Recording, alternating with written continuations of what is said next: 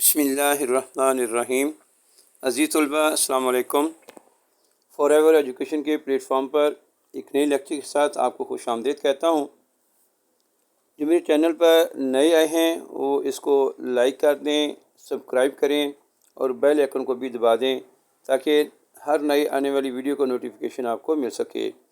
اس channel کو اپنے دوستوں اور گروپس میں بھی شیئر کر دیں۔ بیٹا آج کا ہمارا لیکچر جماعت نحو کے اردو کے سبق امتحان کا خلاصہ ہے، اور اس کے ساتھ اس کے جو مصنف ہیں مرزا فرت اللہ بیگ، ان کا مختصر تعارف ہے۔ یہ خلاصہ بورڈ میں 5 نمبر کا آتا ہے، اور اس کو لکھنے کا جو طریقہ ہے، خلاصے کے لکھنے کا طریقہ، تو میری ایک اور ویڈیو اس میں چینل میں موجود ہے، اس کا آپ ویو کر لیں۔ مکمل میں نے اس میں بتایا ہوا ہے کہ اس کو کس انداز میں لکھنا ہے، کیسے لکھنا ہے، تو آپ کو مکمل سا ڈیٹیل اس ویڈیو میں مل جائیں گی۔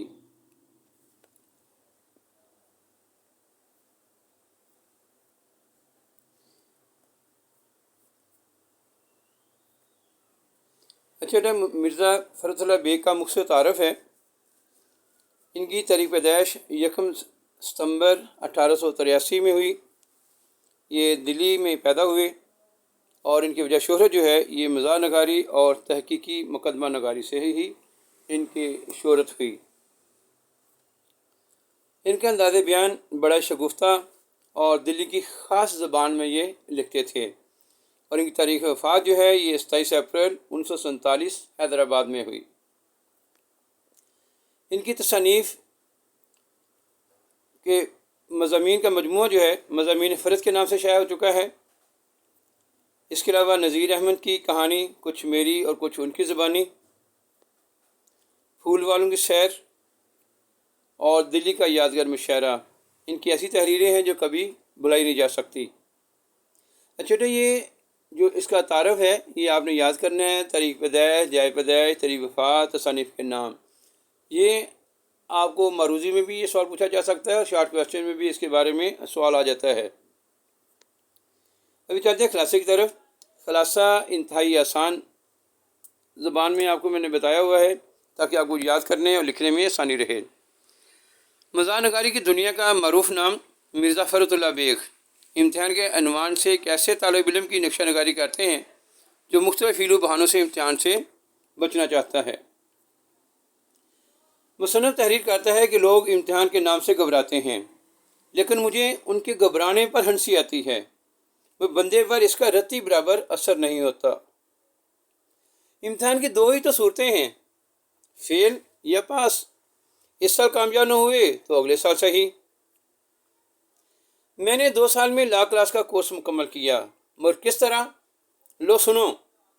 شام کو دوستوں کے ساتھ ٹہلنے جاتا اور واپسی پر کلاس میں بھی جھانک آتا۔ منشی صاحب دوست تھے اور لیکچرار صاحب پڑھانے میں بہت مصروف، لہذا حاضری کی تکمیل میں کچھ مشکل پیش نہ آتی۔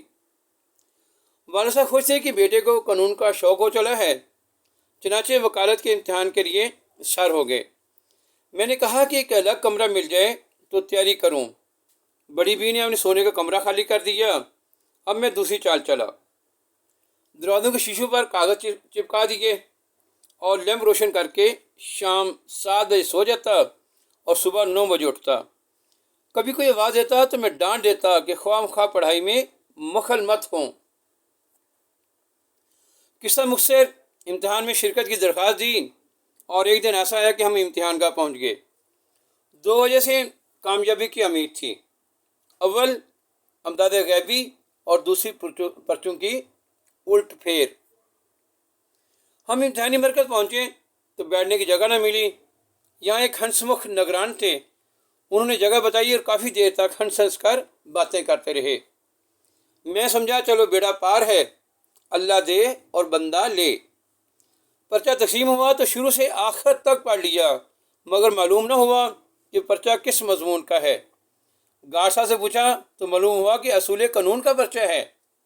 میں نے لکھنے کا آغاز کیا اور جو بات دماغ میں آئی لکھ ڈالی۔ ادھر ادھر جھانکنے کی کوشش کی تو گارڈ صاحب نے کہا اپنے پرچے پر نظر رکھیں۔ جب ادھر ادھر سے بھی مدد ملنے کی ناامیدی ہوئی تو گارڈ صاحب سے پوچھا، لیکن وہاں سے بھی نہیں میں جواب ملا۔ لہذا اسی طرح سے امتحان کے باقی دن بھی گزر گئے۔ ایسی حالت میں 6 گھنٹے گزارنا نہایت مشکل کام تھا۔ میں تو روز ہر آدھے گھنٹے بعد باہر نکل آتا، لیکن چونکہ والد صاحب روزانہ 11 بجے آ کر صحن میں بیٹھ جاتے، اس لیے مجبوراً میں آخری وقت تک کمرہ امتحان میں بیٹھا رہتا۔ نیچے اگر والد صاحب سے پرچے کی سختی کی شکایت کرتا تو مجھے تسلی دیتے کہ بیٹا ضرور کامیاب ہوگا۔ غرض اس طرح امتحان کے دن گزر گئے۔ اب ممتحنوں کے پاس سفارش کی سوجی۔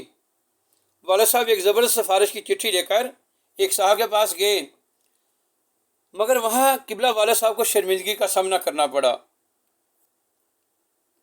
کچھ عرصے بعد نتیجہ شائع ہوا تو میں تمام مضامین میں بدرجہ اعلیٰ فیل ہوا۔ والد صاحب کو بہت دکھ ہوا۔